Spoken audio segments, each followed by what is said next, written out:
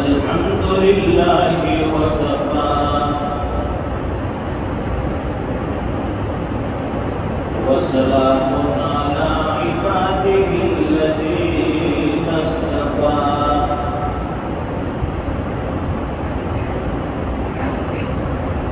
खुसूसन अला अफ़ज़लिहिम व ख़ातमिन नबिय्यीन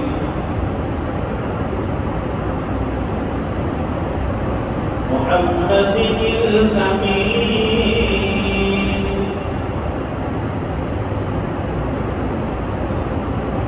व अला आलिहि व अस्हाबिहि अजमईन।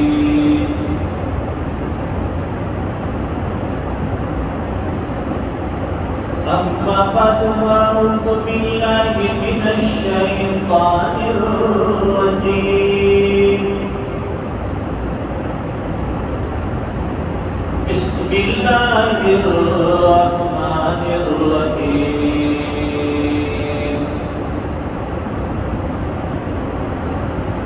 वमा आताकुमुर रसूलु फख़ुज़ूहु वमा नहाकुम अन्हु फंतहू।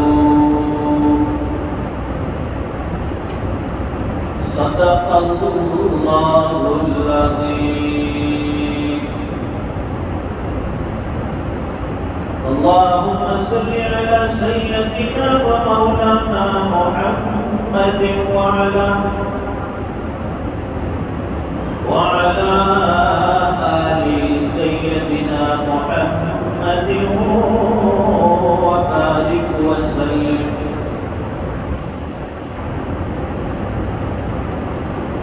बुजुर्गों और दीनी भाइयों,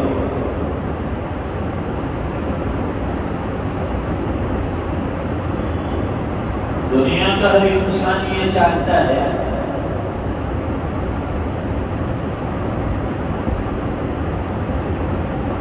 कि मेरी जिंदगी बेहतर से बेहतर बन जाए।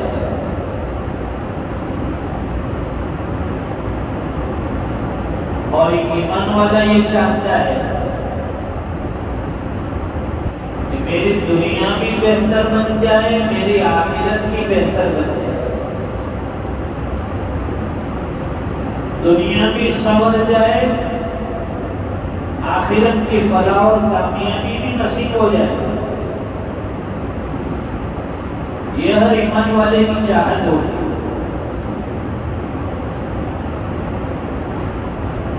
जिसके लिए वो मेहनतें करता है, आमल सालिहा और नेकियां जमा करने की कोशिश करता है। क्यों? मालूम ये अच्छी तरह से है उसे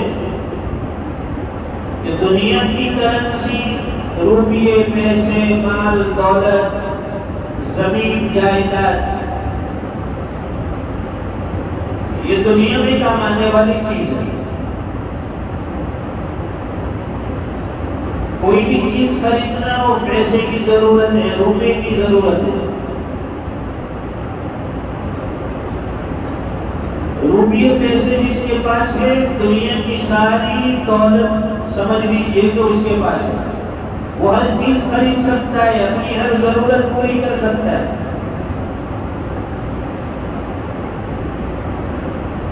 इस चीज की वैल्यू और कदर हमें मालूम है कि जहां माल होगा दुनिया सैल्यूट करेगी, सलाम करेगी। माल और दौलत की निस्बत पर आज तो दुनिया में लोगों की इज्जतें होती हैं, ओहदे, मनसब, मर्तबे की वजह से इज्जतें होती हैं।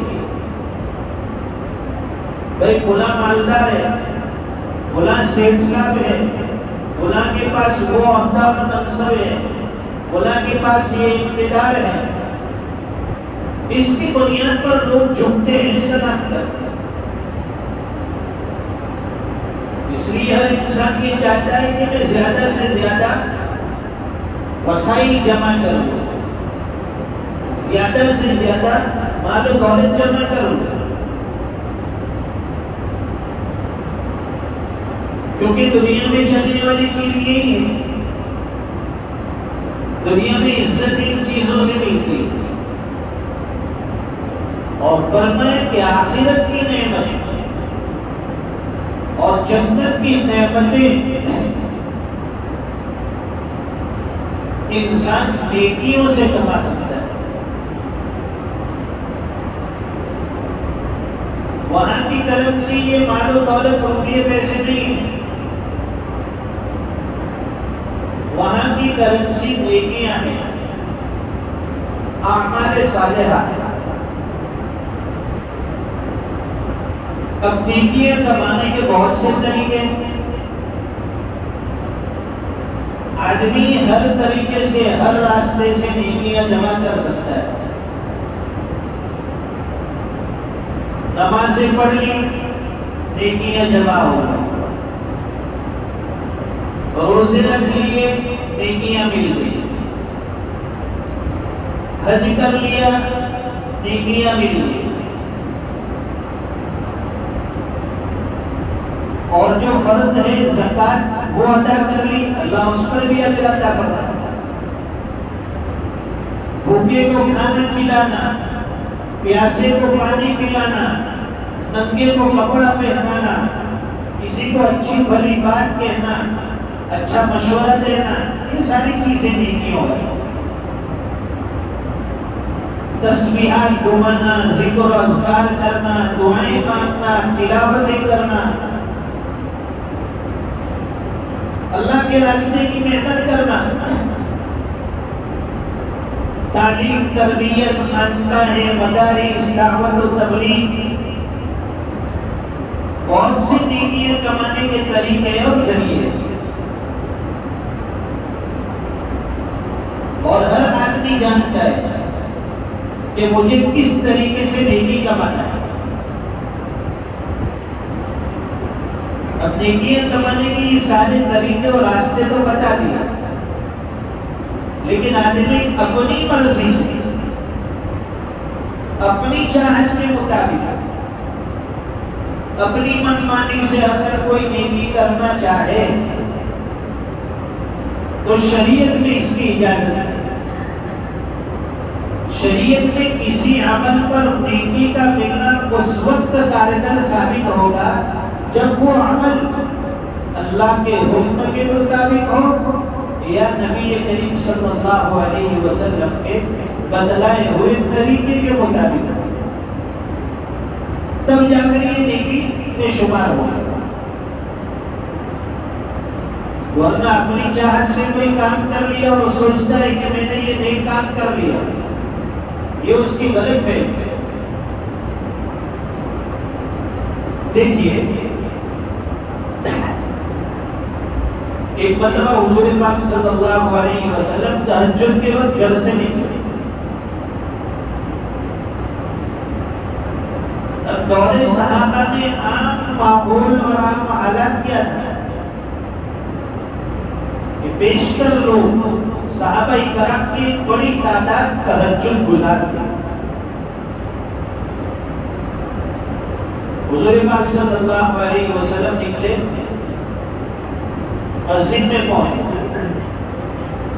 देखा कि एक तरफ कोने में हज़रत सिद्दीक़ अकबर रज़ी अल्लाह ताला अन्हु नमाज में अल्लाह का कुरान पढ़ रहे, तहज्जुद, आहिस्ता आवाज और हल्की आवाज। दूसरे कोने में देखा तो हज़रत फारूक आज़म रज़ी अल्लाह ताला अन्हु वो नमाज में कुरान पढ़ते थे अल्लाह का, और कैसा लाउडली, बुलंद आवाज से। ये देखकर हुजूर तो तशरीफ ले गए। बाद में उन दोनों हजरात से हुजूर पाक सल्लल्लाहु अलैहि वसल्लम ने पूछा, अबू बकर, रात को मैंने तुम्हारी तहज्जुद की नमाज देखी, उसमें तिलावत कुरान सुना, देखा कि तुम बहुत आहिस्ता आहिस्ता से तिलावत करते हो। उसकी क्या वजह? हज़रत अबू बकर रज़ियल्लाहु ताला अन्हु ने जवाब दिया, अल्लाह के रसूल, मैं जिस जात को सुना रहा था वो जात तो सुन रही थी, चाहे तिलावत आहिस्ता की जाए या बुलंद आवाज से, वो जात तो सुन लेती है। आलिमों की जाति सुदूर, दिलों के भेद भी वो तो जानती। मैं तो अल्लाह को सुना रहा था, और अल्लाह ताला को बुलंद आवाज से तिलावत करना जरूरी नहीं है, कैसे भी सुन लेते हैं। हज़रत उमर रज़ियल्लाहु ताला अन्हु से पूछा कि उमर, तुम तहज्जुद में कुरान बुलंद आवाज से पढ़ते थे? तो हज़रत उमर ने जवाब दिया, अल्लाह के रसूल, मैं जो लोग सोए हुए थे उन सोए हुए लोगों को जगा रहा था और शैतान को भगा रहा था कि जहां तिलावत कुरान होगी आवाज आएगी, शैतान वहां से दूर हो जाएगा। इसलिए मैं बुलंद आवाज से पढ़ता है।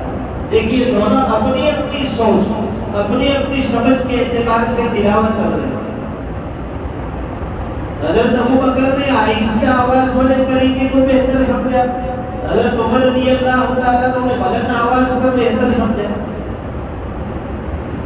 हुज़ूर पाक सल्लल्लाहु अलैहि वसल्लम ने हज़रत अबू बकर से फरमाया कि अबू बकर, तुम अपनी आवाज को थोड़ा बुलंद करो, और हज़रत उमर से फरमाए कि उमर, तुम अपनी आवाज को थोड़ा डाउन करो, नीचे करो। देखिए, तरीका हुजूर ने बताया। मालूम ये हुआ कि कोई अमल अपनी मर्जी के मुताबिक हो, वो शरीयत और सुन्नत के मुताबिक नहीं है, तो उस पर कोई अजर नहीं मिलेगा, उस पर कोई सवाब नहीं मिलेगा। हकीमुल उम्मत मुदज्जिद मुजद्दिद मिल्लत हज़रत मौलाना शाह अशरफ अली थानवी रहमतुल्लाहि अलैहि ने अपने मवाइज़ में लिखा है, फरमाते हैं कि करीब जमाने में बुजुर्ग गुजरे हैं, वो जब नमाज पढ़ते थे तो नमाज में तकबीर तहरीमा के बाद आंखों को बंद कर देते। नमाज में हुक्म ये है कि जब तकबीर तहरीमा कही जाए उसके बाद उस नमाजी की निगाहें कहाँ होनी चाहिए? सजदे की जगह, आंखें खुली होनी चाहिए। तो बुजुर्ग आंख बंद करके नमाज पढ़ते थे, और हमने से कितने लोग भी होंगे जो आंखें बंद करके नमाज पढ़ते? क्या है भाई, इसमें बहुत मजा आता है, खुशू हासिल होता है। अरे जहां तुझे आंखें बंद करने का हुक्म दिया वहां आंखें बंद नहीं करता है। कोई जवान हसीन लड़की जा रही है, आंखें बंद कर, तो वहां आंखें फाड़ फाड़ के देखता है, वहां आंखें बंद करनी है तो वहां बंद नहीं करेगा, वहां तो और चौड़ी करेगा। नमाज में आंखें खुली रखने का हुक्म है, तो वहां बुजुर्ग को खुशू हासिल नहीं होता, तो आंखें बंद कर देना। फुक़हा ने मसला लिखा है कि नमाज में आंखें बंद करना, यानी आंखें बंद करके नमाज पढ़ना मकरूह है, आंखें खुली होनी चाहिए। हाँ, इजाजत है उस सूरत में कि अगर किसी आदमी को खुशू हासिल ना हो, इल्ला माशाअल्लाह किसी को, वैसे तो हमारी आंखें खुली हो तो भी खुशू हासिल नहीं होता, बंद हो तो भी हासिल नहीं होता, हमारे लिए तो सब बराबर है। खुली होगी तो खिड़की में से बात निकलेगा, वो बकरियां जा रही हैं, वो मुर्गियां दौड़ रही है, तो हमारे लिए तो दोनों मसले खुली हो या बंद हो। खुली होगी तो अगली सब वाले को देखेगा, इमाम को देखेगा, मस्जिद की घड़ी पर तो सबकी नजर है, डिजिटल घड़ी, और खासकर रमजान में तरावी के अंदर तरावी भी पढ़ रहा है और डिजिटल घड़ी में उसकी नजर भी है।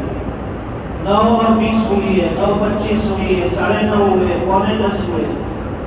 ये हाफिज साहब ने 4 रकात में 15 मिनट लगाई, फुला ने 20 मिनट लगाई, तो हमारा तो आंखें खोलकर नमाज पढ़ना हमारे लिए मुसीबत करती है।